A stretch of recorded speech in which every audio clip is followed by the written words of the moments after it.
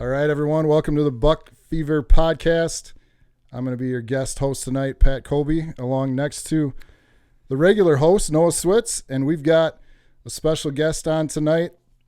We're talking walleyes today, specifically Fox River, Green Bay, Wisconsin walleyes, and fresh off, like yesterday type fresh, a super impressive performance, a walleye smackdown, like crushed the rest of the tournament field by like 9 or 10 pounds. AIM Pro Walleye Series winner in the Wisconsin division, the first event of the year on the Fox River Bay, Green Bay. We got my buddy Matt Dorow. How you doing, man? Good. Thanks for having me. You bet. You bet. So happy to have you here, and congrats on your big win yesterday.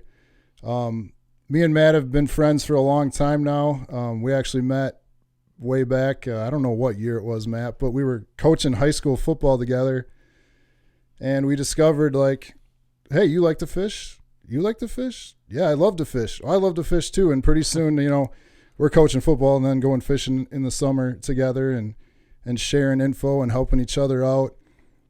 Fishing a few tournaments together. We actually bought our new boats. I mean, that was way back in like 2014, but we bought both of our boats at the same time from the same place.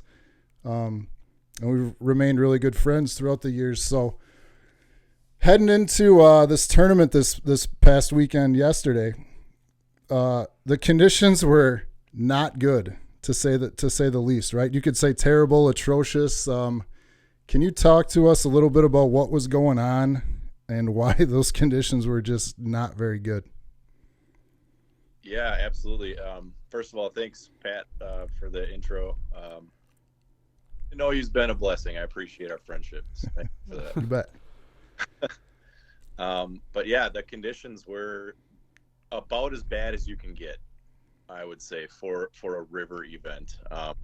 We had a significant rainfall and a snow melt there. Obviously, everybody remembers that sweet 2 feet of snow that we had the previous weekend. Pat, you and I fished in a tournament actually in that snowstorm. Yeah, nothing like getting 14 inches of snow in your boat in about 5 hours. Never before, and hopefully never again. Right, never again. So the conditions that was probably the worst during tournament conditions I've ever fished in. These conditions leading up to this tournament were not ideal at all. So Saturday, tournament partner Tim Wollak and I looked at the forecast. We looked at the conditions. We saw that the river, the USGS site showed the turbidity over a 200 for their units, and that's significant. If you looked at the map or the chart on that, there wasn't any events all year from April 2nd of last year to this year. There was no events that high, so the river was absolutely chocolate milk.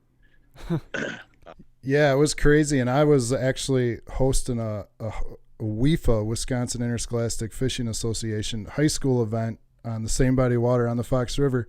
Was supposed to be on Saturday, but because of all the rain and wind and conditions, I had it postponed to Sunday. So we're kind of shooting some information and thoughts per se back and forth. None of us really did any pre-fishing because of how terrible it was out there. But the funny thing is I text you, Matt, and I'm like, hey, so what's the game plan for tomorrow? And you text me back, don't suck. That's the plan. I would go far out on a limb and say you guys certainly did not suck on Sunday. You guys came in with 40.75 pounds. You and Tim, and bested the field by almost close to 10 pounds. So what happened when you guys woke up and got to the launch or having your pre-tournament discussions? Because I don't think you were totally sold on going out to the bay, but maybe something happened there Sunday morning that made you guys decide to switch gears. Yep, you're right. Something did happen. I mean, we got the boat in the water, and our plan was, like you said, don't suck, but had nothing to go off of. On Saturday, the day before the tournament, I took a drive over the Tower Drive Bridge, the tall one in Green Bay.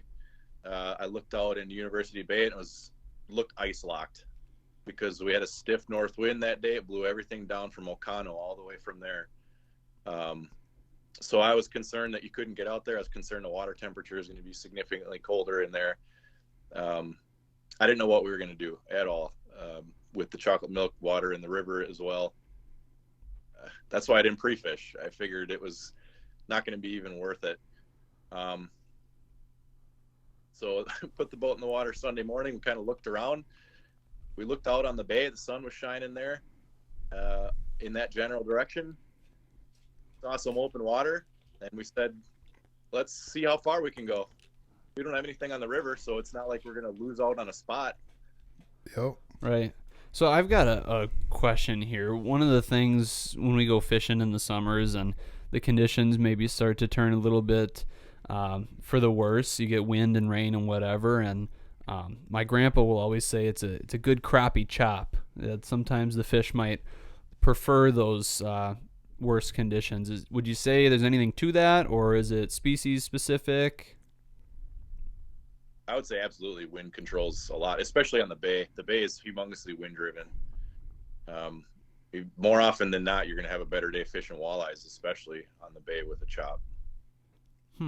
Yeah, also very water temperature driven as well, especially out when you get into the bay, right? That usually anytime you get a north wind, it's not good when it comes to the Bay of Green Bay. But, Sunday morning woke up and we had south wind. It had switched sometime overnight or early in the morning and had blown that ice out just enough for you guys to get out there, huh? It blew a crack in the ice. You believe it? We split 2 ice heaves to get there. No kidding. Wow. We basically took a river seam in between 2 ice shoves to get there. That's we weren't the crazy. only ones on it, but there were some other boats that gave us confidence that we were making the right choice. But that's where we wanted to be, even before we knew the conditions were bad. Jeez. If the river wasn't chocolate milk, we would have still been out there. If Sure. the ice wasn't a problem, that's where we wanted to be. Yeah, well, We I didn't fished. Yeah, I was in the river, and the bait, it took about a quarter of an inch below the surface, and it was gone. It didn't matter what type of bright fire tiger or what colors you had on. Less than an inch of visibility. It was pure chocolate milk. You had to bop the fish in the nose to get him to bite, and that's the reason my boat only caught 2 fish on Sunday. Yikes. But, Man, 2 might even, considering the conditions, you might be Right. somewhat okay with that. I mean, it doesn't sound too fun out there. But can we talk just a little bit about what this tournament is then? I don't know if you want to go into any detail there. Sure. So it's an AIM Weekend Walleye Series. They put on a catch, record, release format tournament, and they have, I think, 4 divisions now in the country, in the Midwest. They've got Minnesota, Wisconsin, I think North Dakota, right, Pat? Yep, I believe so. And Rivers division that they just started this year. So that'll be, your major river systems in those areas. Rivers only, though. So like you said, it's a catch, photo, release format then? Exactly. So and they do that basically so that you don't have to catch the fish then. It gets to go back and swim on. Well, you don't have to keep it and worry about it in the live well Right. and whatnot and beat fish up all day and bring them to a live weigh-in. So all these, yeah, Matt, can you go through it just a little bit? Explain to us like what it is, how it works, and then also like just how you and your partner Tim handle those different responsibilities in the boat on tournament day when it comes to CPR. Absolutely. So basically the format, like you said, is catch, photo, release. You obviously got to catch the fish first. Then you're putting the fish on a certified handed out measuring board. You're taking a picture of the fish with the nose on the face of the bump board and your tail obviously marking where you're measuring it to. Take a picture of that, and then you pick it up, you hold it for the camera, hero shot, show the opposite side of the fish to the camera, take a second photograph, and that in this format you release the fish at that point, write down your length. That length converts to a weight, or a weight with a chart. Everybody's given the same chart, and that's how you score your fish. Would you say go ahead. So in my boat, handled the measuring of the fish. So I handle the fish. Tim takes the photos. Every single fish.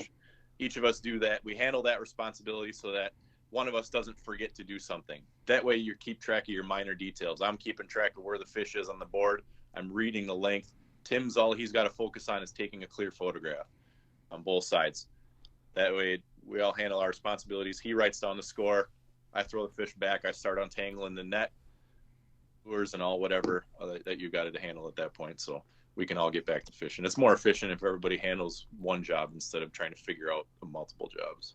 Oh, that makes a ton of sense. It seems like you would avoid a lot of problems that way. I was just gonna ask if that was a preferable method, the catch, photo, release, versus having to keep them alive and take them in, or do you have a preference there? I actually like both formats personally. There's positives and negatives to both of them in my opinion. I really like the traditional weigh-in of a live weigh tournament. There's a lot of excitement there. You get to see the fish. You get to, everybody's celebrating. There's that ooh and ah when somebody holds up a big one out of the tank. But I also see negatives on that as well. You're handling these fish so much. You're beating them up. I beat them up running across Lake Winnebago on a rough day. Mm-hmm. You try to get as much fishing time in as possible, so you're stretching yourself and you're across 2 footers going 45 miles an hour. That beats them up real bad. So obviously you're not transporting fish with a catch, record, release format. You're letting them go right away. And a fantastic benefit to the catch, record, release is that you can't cull in the state of Wisconsin, so you get to upgrade. You catch your 5 and you don't have to make any decisions. You put it on the card if you catch it, and then once you get your 5th fish, you start upgrading. And we had 5 on Sunday. All of them were under 24 inches, our first 5. And then that 6th fish was at 28. So that was massive. I mean, that's a huge upgrade. If you keep those first 5 just to keep your first 5 because conditions were bad, we might have cashed a check, but we wouldn't have won the dang thing. Right. Yeah, absolutely. All good points there. Like I've also fished in both formats and take to both of your points. The true weigh-in, bring fish to the scales. It has its own excitement and whatnot, but then its own troubles. You catch one in the first 10 minutes and now you're like, oh my God, I got to try to keep this fish alive for the next 7 or 8 hours. And then it's going to get beat up all day out there. Or with the no call rules, you got to make decisions on should I keep it, should I not? Mm-hmm. This AIM format or CPR format allows kind of truly the best angler to win, right? Like the guy that's truly had the best day, like they can even fish, I believe, on systems and avoid slot limits and stuff like that as well, because you're just measuring the fish and putting them back. And you've seen some massive weights come out of Green Bay because of this format. You're seeing 55, 57-pound bags. I wouldn't be surprised if a 60 pops up in the next few years. Wow. There's ridiculous fish there. So I know Colby kind of wants to get into some of the big ones here eventually, but I want to ask, what is like the average? If you could come up with like an average walleye that you could expect to catch out there, length, weight, what would you say? I guess in a tournament you're targeting that 25, 26 inch range. Okay. If it's a live weight tournament, you're probably trying to put that 6-pounder in the box as much as you can. If you're going to a live weight tournament, you want that 35-pound range. If you're gonna do some damage, 30, 35 is gonna get you up there. If you can tag 40, you got the right fish at the right time. Absolutely. Yeah. So let's 40 pounds. No, go ahead. Finish that out. 40 pounds in a catch, record, release is a respectable bag, but you start getting in the summertime, you're going to see mid-50s. Yeah, it's really crazy some of the weights that we've seen out there on the Bay of Green Bay.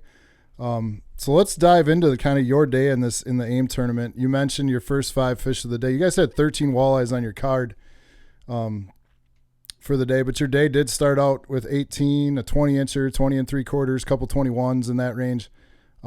Did you get those 5 fish right away, or did you kind of have to how'd your morning start out? Well, actually, we decided to start casting first just because we wanted to. We didn't pre-fish, so I didn't want to get in anybody's way. So we decided to kind of just pick a spot kind of away from everybody a little bit, just I got the active target on my trolling motor now, so I was kind of scanning around. Tim was using his live imaging to scan around and just see what we could see. And we just wanted to get a feel for what everyone else was doing, what the fish were doing, how they were set up, and just kind of see what was going on. I tried a handful of lures, blade baits, rip and wraps, that sort of thing. Tim had a hair jig and some plastics on as well, and we just didn't really get any reactions. I think actually the first fish that we caught was a sheephead. Tim goes, "Oh, I got one. It's a good one." He pulls it up. I'm kidding me right now. Sheephead out of 35-degree water. Yep. So we noticed in our live imaging that the fish just weren't reacting to our baits. They weren't chasing. They weren't really doing anything. So we said, it's time to just put the baits in the water and leave them there and just soak them and see what happens. We'll try going slow. We'll try going fast and see what they like. We'll just cover some water and see what happens. As you can see, it worked out. But so you decided to go trolling then, is what you're saying, right? Yeah. I guess, yeah, we did decide to go trolling. And we had a slew of baits on to start with, but it narrowed down pretty quick. So what time did those first, 5 fish start to come in for you? What time did you get the first one in the boat at? I think we caught the first one on the first pass through. We started making a figure 8 in a pretty tight area, a couple 100 yards. We had to navigate around guys who were casting and other guys who were trolling similar water. But we found out that there was one pocket of warm water. So most of the water was like 36 degrees. Okay. On one pocket, 38. And we noticed that that's where we were catching our fish. We just started doing figure 8s around that spot, and we didn't catch anything outside of that 38-degree water. How big a area in terms of like 100 yards or whatever, quarter mile, how big an area would you say this 38-degree water was? Not the first, when we first found it, I thought it was like yards by 50 yards. I thought it was small because we would get through it, it would be there and gone. And after we kind of did a little bit of cruising around, we went a little bit northeast and we clipped it again. Different spot. Tim called out that, hey, it's that temperature water is relating to a dirty water seam. So we found there was a little bit more stained water getting pushed into a bay. The wind or the current or whatever, the mechanics of the water, the way it was working, there was kind of a separation between that this warm water was creating between the two water clarities, the way I figure it, at least. I don't claim to be an expert on hydraulics, but found out that 38-degree water was following that dirty water right off the edge of it. Drove right on the edge of it. The fish were littered on the side scan. Huh. So we held her right. We just literally drove back and forth on that dirty water seam once we figured that out, where we picked up our last 5 fish, the 3 26s and the 25. That's a crazy minute detail that, yeah, I'll tell you what, the average Joe angler isn't probably even paying attention to that, more or less figuring that out. So awesome. Kudos to you guys for dialing in on that detail. So then, those first 5 are under 24 inches, and then that 6th fish hits the card, and she's a hog, right? She's 28 inches. That's the game changer fish. Holy cow, we're in the ball game. This is what you need to win a tournament. Tell us about that fish, and I'm sure the excitement that was going on in the boat when you guys landed that. Fish could have got, that was a 50-50 fish, Pat. I don't know if you ever called him that, but that's what I'm calling this one. It's a 50-50 fish. And what I mean by that is that sucker hit on the outside board, all 3 lines in. Oh, man. Yeah. So it hit on the outside board, and then I go, oh, we got a double.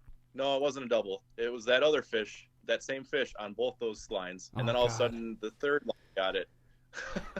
I would say that's way less than 50-50 of agree. getting that fish. I'd say the odds are not good of that fish staying hooked. Less than good.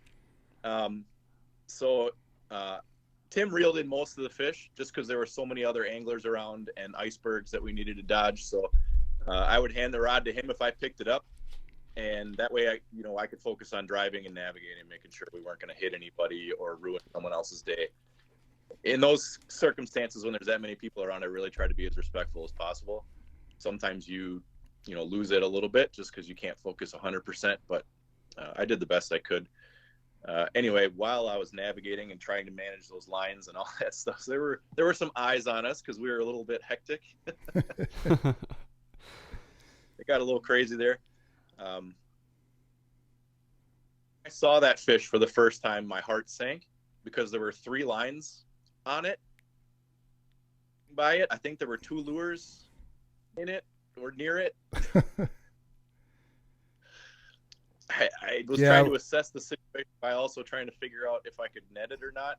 And I was using my kind of janky net where it didn't want to extend all the way, and I didn't have time to reach for the other one. We had 2 nets, by the way, because we had a couple triples yesterday. Anyway, first net job was a botch job. I missed it. It was in and out, and by the grace of God, the hooks didn't get stuck in the basket. Jeez. So there's just all, you ever see those like ESPN when you're on the game, like the live game feed, and they got the odds of winning? Like your spike is going down, down, down. Yeah. The odds of landing this fish it keeps diving. Like it might have started 50-50, but now she's like 40, 30, 20. The odds of Matt and Tim landing this huge 28-inch fish, it's diving down. But you guys get it in the boat. We did. I mean, the second net job was successful. The tail was a little bit sketchy getting in the hoop, but we got it in. And I went from going, after missing the first net job to, woo! Yeah, there was a little bit of cheering and high-fiving, a little bit of celebrating after that when we got in the boat and hit the deck, because neither of us realized exactly how big it was until it got in the boat. Sure. But yeah, that one went 28 inches, and we didn't weigh it just because you got other things on your mind when you're tournament fishing, but I would say all of 9.5 pounds. What time of day did that one come at? 10:30, somewhere in that range. So at that point, are you thinking like we need 2 more really good ones to be in the running for this thing, or are you thinking like we're gonna need 4 more like this? That's a great question. My thought process was, first of all, holy crap, I can't believe that happened. Second of all, my thought was, okay, we need 2 over 25 to do something here. We need at least 2 over 25 because we had a 23 on the card. We can get 2 over 25. We'll do some damage. But boy, the next two we got after that were also upgrades, but they were like 21, 22 inchers. So we were happy. We were still upgrading. We got that 18 incher off the card, which at the time was humongous for us. That was a massive upgrade. Right. And then the last 5 fish on your card. I mean, this is a banner day, like when the conditions are good, right? But 28 3/4, 26, 25 1/2, which didn't even make your top 5, 26 and 26 1/4. Now that had to have been a pretty darn good feeling. 40.75 pounds. Did they how did they come in a flurry? Did you just kind of peck those off as the time? Because you guys got to fish till about 2:30, 3 o'clock? Yeah, we fished till about that. Like I think we left at 10 to 3. Started picking up. We had the 3:15 check in. We knew there possibly could be some icebergs, so we wanted to take our time getting in. But yeah, that was let's say there were a couple flurries and a couple of pecking away. Sure. We had, like I said, we had a triple on. One of those was a 25 and the other was a 28 3/4, I think it was, or a 26, something like that. Did I send you the picture of the triple on the floor? Yeah. Yep. It's like a good looking picture. Was anything you talked about running that line and staying in that temperature zone? Was anything else like consistent, like certain feet behind the board, certain color? certain lure type, and you don't need to tell the lure type or anything. Color I'm sure you're okay with because that changes from day to day. But anything that you guys dialed in your trolling pattern to keep that day going? Absolutely. We were first fishing that more near shore water, doing the figure eights before we figured out that dirty water seam. We were fishing a little bit shallower, is like 6, 7, 8 feet. And we were running our stick baits is what we figured out. We started out with, a little bit of everything just because we hadn't pre-fished. We didn't know what to use. But we caught 2 on stick baits and said, all right, sticks, all of them, pull them out, pull everything off, sticks only. And bigger size stick baits, we weren't running them that far back, putting them maybe 6 feet down, 6 feet back when we first started was kind of where that sweet spot was, 30, 35. But then once we figured out that dirty water seam, it kind of took us out into deeper water. So we kind of stayed out there. Not much deeper, just a foot, maybe 2 feet at the most. We were in that 8, 9.5 feet in that range. So we dropped our baits down a little bit when we were out there. So sure. We had a couple fish hit on baits that were 40 feet back instead of 30, so just a little bit lower. But yeah, so they wanted bright colors. We had pink lemonades and fire tiger, another green type of bait. Those are the ones that caught the fish. So I saw Tim in a shout out to Tim Wollak here, our buddy as well. He was bragging up that, hey, we caught him on stock colors. You don't need any of those expensive customs, and he was pretty fired up about that. Yeah, so it was all stock colors. Yep, exactly. The only custom bait that went out behind a board ended up stuck in a fish's mouth, and they're still swimming around out there with it. So or it got tagged in a rock pile or something. Right. Right. So as like a general tournament strategy question, then is that the strategy? You just kind of figure out what's working as quickly as possible and then try and stick with it until it stops working? Absolutely. I'm 100% believer in that. If you figure something out, even if it's the smallest detail, run with it. If you catch one fish doing it, try to do it again. If you can do it again, do it a third time. If you got a third time, switch to that completely. Don't change it. Don't mess with it. Once you got it figured out, don't mess with it. And would you say just because something worked, like for example, this tournament, just because you figured out those details and that worked, then, next time around, it's probably going to be something different? Yeah, that's the fun thing about fishing is every time you go out, it's different. Now a lot of times you can replicate within a week, maybe 2, but once you get outside of that, the fish either move or their moods change or they're sliding out deeper or they're eating something different. That's the best thing about fishing right there. It's always different. Yeah, absolutely. I to touch on your, I think, I don't know who's coined it, but I believe like we've had this conversation before going off those, what makes you stick with something. It's like, I think the saying we've kind of always had is, the first time it's luck, second time it might be a theory, and then third time, all right, if we've caught that third fish on the same lure doing the same thing, now it's a pattern, and now it's time to switch multiple baits to the same thing. So, yeah, good exactly point right. With that.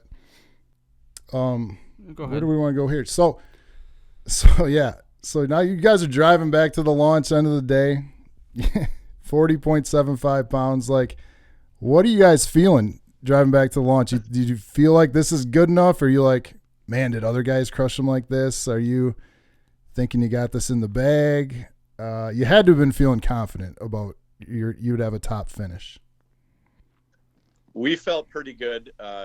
Traditionally in that tournament, in the AIM Fox River tournament, if you have over 40, you're either winning it or top 2. Well, we were pretty excited about that, but I'll tell you what, there were some absolute stud fishermen out there in that area. Absolute hammers, guys who pull 50 in the summer, guys who regularly cash checks, top 10s. So I knew we had our work cut out for us. And I knew that there were some guys out there that they were going to do it. If anyone could do it, it was those guys.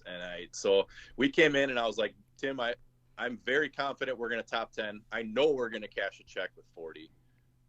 Not sure we're going to win it, but I think we got a good shot. Well, you guys had quite the shot because you ended up winning this event by over 9 pounds, right? Yeah, on a day when many struggled. I mean, like you said, there are some absolute hammers and hell of a lot of good sticks in this AIM Walleye series. We know a lot of the guys, and I think there were like 33 zeros. Am I right on that? Like 100 boats in the field, and I think I saw it was either 23 or 33 zeros, but you just don't ever see that out of an AIM field. I think that just because of the talent of the anglers, that just goes to show how terrible these conditions were out there. But you guys certainly did a lot better than the old "don't suck it up" plan. Best in the field by 9 or 10 pounds, but it's been crazy. All the little minute details and stuff that you hit on. I mean, that's what it takes in these tournaments. And that's what these good anglers are doing is they're paying attention to all these, 2 degrees in water temperature, or, switching all your baits to one style, or, switching from 30 feet back to 40 feet back. It's those little details that separate, an average day to a good day to a great day to a tournament winning day. So again, congratulations, Matt, and your partner, Tim, on one heck of a day and a big win there on the Fox. Appreciate that. So something I probably should have asked a little bit sooner there, but you said there's only 100 boats in that. How do you get into the tournament? I'm assuming it's not anybody who wants to can just get in. That one's an open. Oh, it is. You can sign up for. Yep. Gotcha. Okay. That series is open. Anyone can fish those. Sweet. And I'm sure that AIM would be happy to hear that. If anyone wants to join it, by all means, jump in. Absolutely. Yeah, I didn't know if that was one that was like an invite situation or something like that, but interesting. There's only one. Even the NTC you can buy in, can't you, Pat? I think there's something with an invitation part of that, part of a club but qualification or something, right? Mm-hmm. I believe so. So, what's in store for the rest of spring? I mean, I feel like, we're talking by the time this airs, we're, approaching Easter. Typically this weekend of April, like the Fox has kind of run its course, and whether people are cashed out from just going up there all the time or they want to go to new waters, you start to see a lot of people going to, up to Peshtigo, O'Connell, Menominee, Sturgeon Bay, or they're filtering back to their home waters like around the Wolf River, Winnebago system, maybe the Wisconsin River, stuff like that. But I think with our weather and how cold it's been and how low the water temps have been, you could arguably say the best is yet to come on the Fox, and we're already into the first week of April. What are your thoughts on that? 100% agree. All but one of the fish we caught, I would say, are pre-spawn fish. I mean, we might have caught a couple males where they're hard to tell, right? But the females that we caught were all but one was pre-spawn still. We had one skinny 24-incher, I think, that didn't even make the cut. That was the only noticeable post-spawn fish that we saw yesterday, and that's on the bay under ice in 38 degrees when typically, your walleyes are spawning that mid 40-degree water. The river's that same water temperature. It hasn't gotten much over 40 this year yet. There's a handful of fish that are yet to do their business, and they're not done yet. I would say give it another week and a half, 2 weeks, and you'll start seeing mostly post-spawn fish. Sure. Yeah. I mean, like you touched on there, usually I've seen and heard the same thing, is usually mid, like that 44, 45, 46 degree water temp is what they prefer to spawn in. And our weather, even like this week and looking into next week, it's like riding a roller coaster. Like, what was it today? In the 50s, and then tomorrow it's down in the 30s, and then it's back up again, and then it's back down. We can't get this consistent warm up to get that water temp up in those mid 40 degree ranges. So I think there's a ton of fish in the river, And I think the bite would have been really good this weekend had we not been fishing in chocolate milk, because they were all over the, the side scan and all over the graphs. But once that water clears up and the temperature warms up, I definitely think there's still some really good fishing to be had on the Fox River.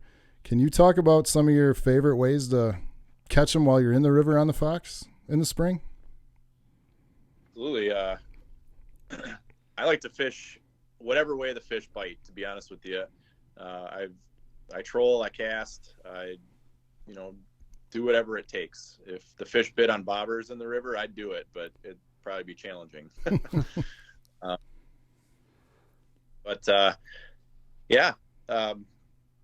We've casted blade baits, rip and wraps, jigs and plastics, jigs and minnows. We'll vertical jig, all of those things as well. I like casting crankbaits in shallow water. I'll troll the flats, all kinds of different stuff at them. That's probably one of my favorite times of the year to fish, because you can catch them doing just about anything.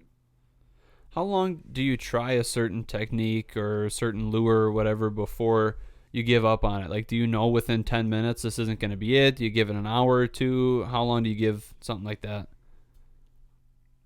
Good question. At times I cycle through pretty fast. If you're on a lot of fish, especially if you see other people catching them and the bite window's open, I'll cycle through even faster. But if you don't see a whole lot of people catching and there's fish there, maybe stick with it a little bit longer than a quick turn. But yeah, I would 100% agree with that. Like you said, if people around you are catching fish and you're not, then it's time to start cycling through the baits. But if it looks like it's tough for people around you, then I want what I feel most confident in my hand, right? Would you agree, Matt? Whether you feel most confident with a blade bait or a jig and minnow or rip and wrap or whatever, if it's tough, just put what you're confident in your hand and stick with that until you can start to figure something out. Absolutely, yeah. Once you kind of figure it out, then dial it in a little bit. But important thing is that you're by fish. Anything else, if you're around fish, you can start kind of figuring out what kind of bait you got to use. That's was it Al Lindner came up with that equation: fish plus structure plus bait equals catching, or something like that. Yep. And structure isn't necessarily a rock pile or a weed bed. It can be a water temperature seam or a sandy flat on a sunny day. Something that's holding the fish. Because that's always the question when you're out and you're not catching anything. It's like, do you give it another 5 minutes? Do you just head out? How long do you give a certain spot even before you switch it up? I suppose if there's boats around you that are catching it, they're there. But if the bite's tough, that's always the question for us: is when is it time to move on? That is the never-ending question that every fisherman battles, right? Is how long do you give a spot?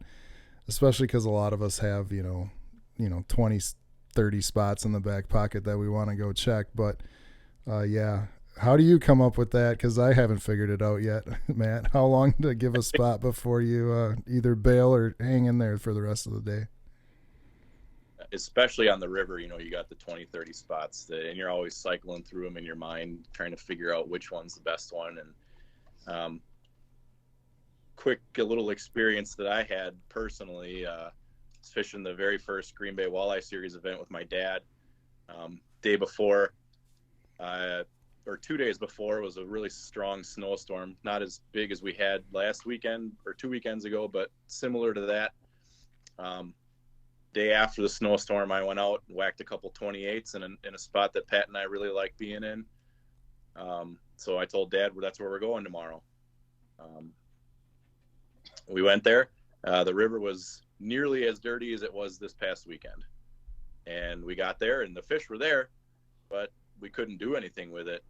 Dad hooked one, lost it at the side of the boat. I had a smaller fish. I let it shake off because I said we're not going to need that. We ended up scoring one 24-incher that whole day. And actually, noon, maybe 1 o'clock, I panicked. And I said, let's go find something else. These fish aren't biting. And guess who was sitting there watching me fish most of the morning? Your host guy there, Pat Gold, was out fun fishing with some kids from his high school team. Yeah, and I was being respectful and letting you just have the spot, right? Because I didn't want to take anything And away then I from left. you. But then you left, and I said, all right, it's fair game. I'm going in there. And then we kind of semi-wailed on him a little bit. You said you caught a 28, a 26, 25, and I said, you got to be kidding. Yeah, it didn't fire till the afternoon, and that was just an example of like just fish in their funky bite windows, and it just happened to be the afternoon in that spot. So the worst part of it all is that the big fish that I had caught pre-fishing and leading up to that were all in the afternoon, and I didn't even think about it during the day.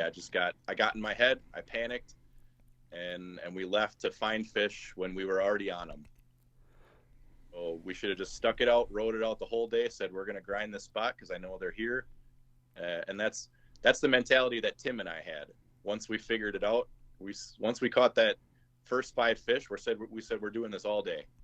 It doesn't matter what happens. If we don't catch any more fish, we're just going to keep doing this, because you never know. You never know if you stick a 30-incher.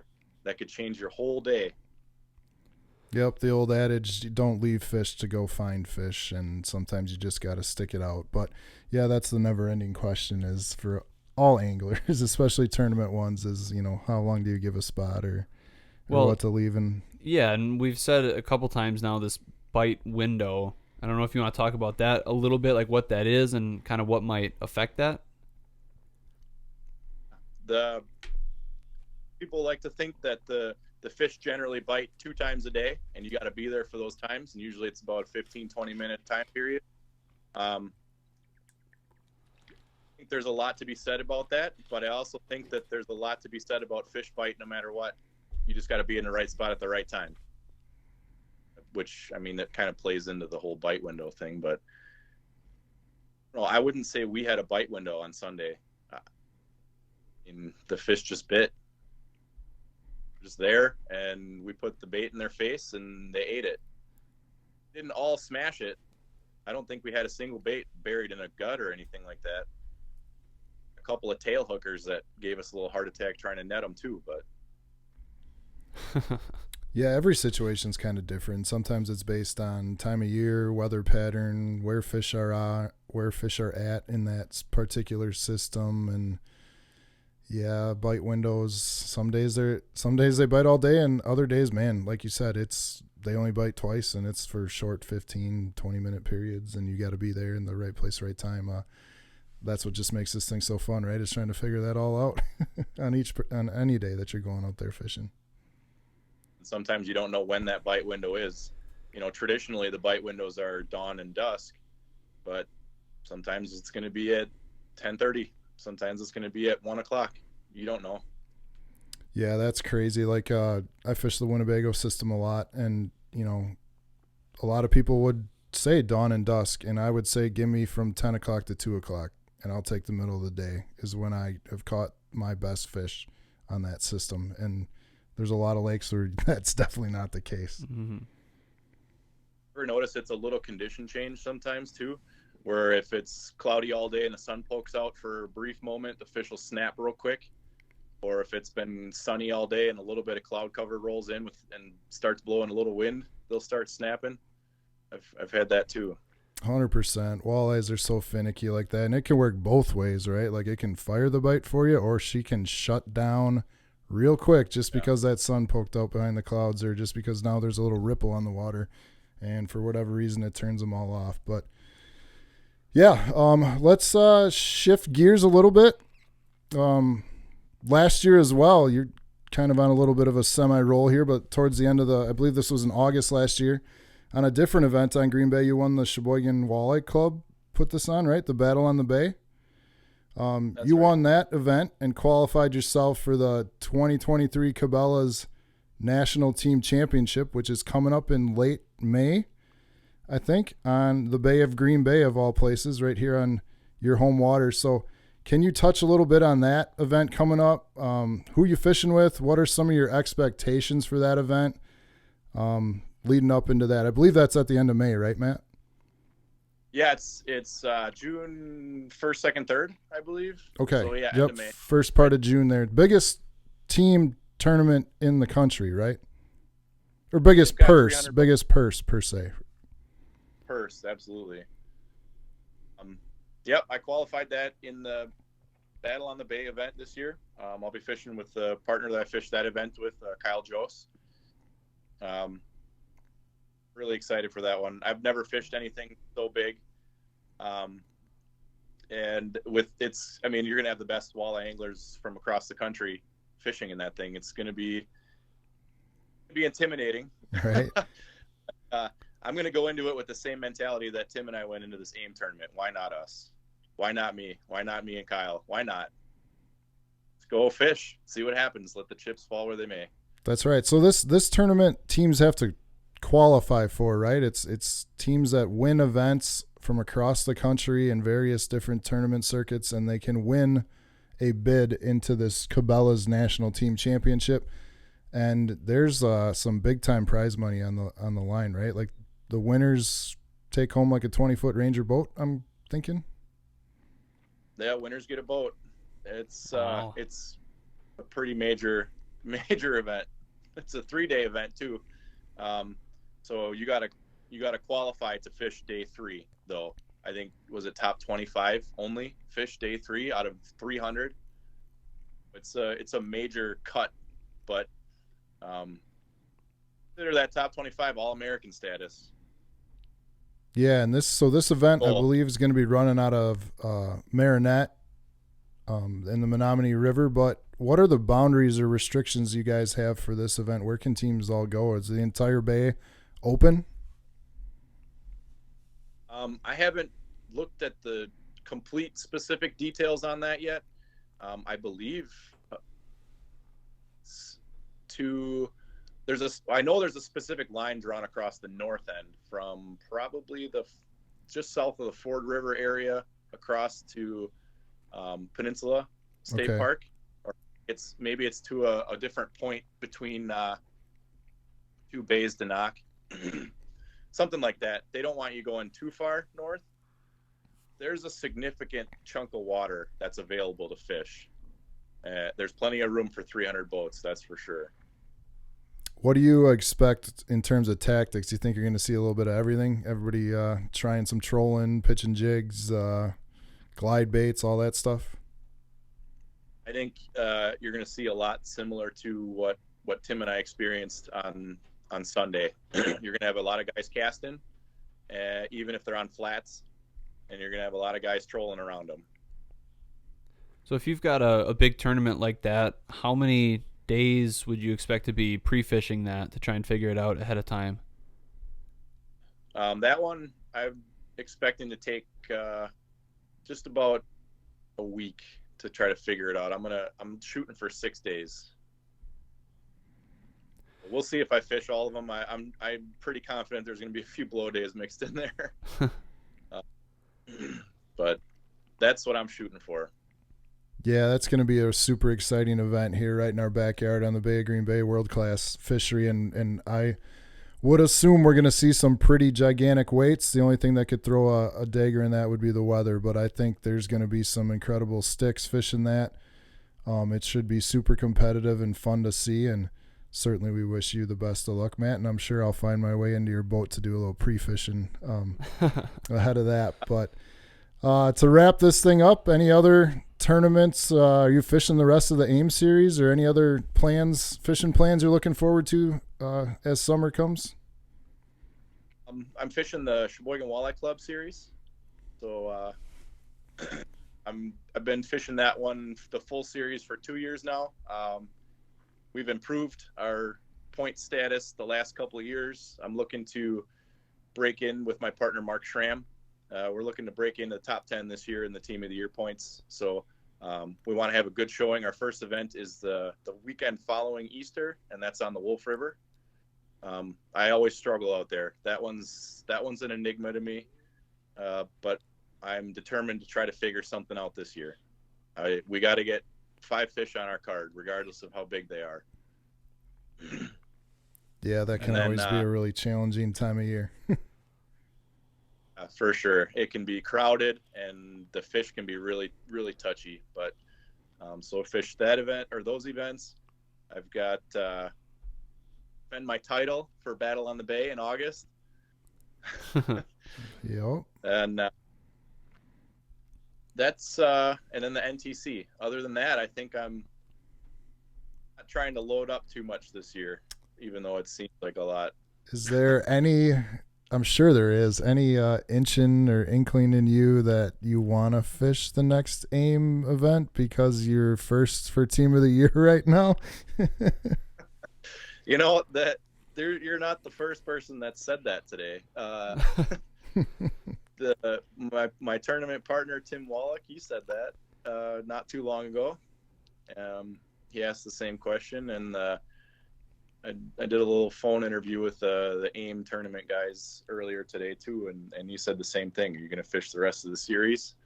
You're first in Team of the Year right now. I said, well, we'll see. Sure, I know, sure. When's their next one? Well, it's the weekend after my Wolf River event from Sheboygan Walleye Club, so I think 20-something. 22nd. 20-something. Yeah, that one. I don't know. That's another one. That one's out of Winnebago, so that's another Wolf River event. I don't know if I can do 2 Wolf River events back to back. Right, two of those events back to back in April. That'll challenge a guy. That's a lot for sure. There's some big monster fish calling my name up on the bay yet that I'd like to go fun fishing for with like the zero stress situation. So you can pick anywhere in the state, in the country, out of country, I don't care. Where is the best place to go for fish on Friday night? Yeet. Yeah. I grew up in Fond du Lac. I got a soft spot for Wentz. There you go. Yeah, they've gotten a couple of shout outs here, especially with sturgeon spearing. Honestly, I've had fish a lot of places. I lived in Indiana for a while. They don't really know what a fish fry is down there, but they try. Then holds a candle to Wentz, in my opinion, unless you're making it at home. Well, that's good to hear. I guess I don't have to go too far then to get some of the best fish around. That's right. That's right out the back door for you here. Mm-hmm. Nice, man. Well, Matt and your partner Tim, congratulations on again on the win this week, and I really enjoyed this conversation. Thanks for filling us in on some of those details, and kudos on figuring those small, minute details out and putting up such an impressive total on Sunday and best in the field by close to 10 pounds. That's a super impressive feat and a nice feather in the cap, wouldn't you say? Like I said, I still can't believe it happened, buddy. I'm on cloud 9 and also trying to be humble as possible. Yeah, for sure. I know you're a humble guy, so I know you'll keep working hard out there. But again, Matt, thanks for joining us. Any last words before we go? It's a pleasure being here, guys. I really enjoyed talking with you. I hope I get a chance to do it again soon. Yeah, anytime. Thanks so much for coming on, and best of luck to you and all your future tournaments. Yeah, I really appreciate that. All right. All well, right. I'm going to try to close this out since I was hosting today. Go ahead. All right. So, hey, thanks for listening, everybody. If you want to subscribe, hit those like buttons. Check us out on YouTube, anywhere that you can find your podcasts, Apple, iTunes, Podbean. Yep. Spotify, all those good things. Check us out on Facebook. We got some cool things coming up in the works as well with the little cooking stuff and what do we call it again? Wild Game Kitchen. Yep. And some good turkey hunting challenges coming up as well. So stick with us the next couple of weeks. I think you're going to enjoy the content that we'll be putting out. And thanks for listening.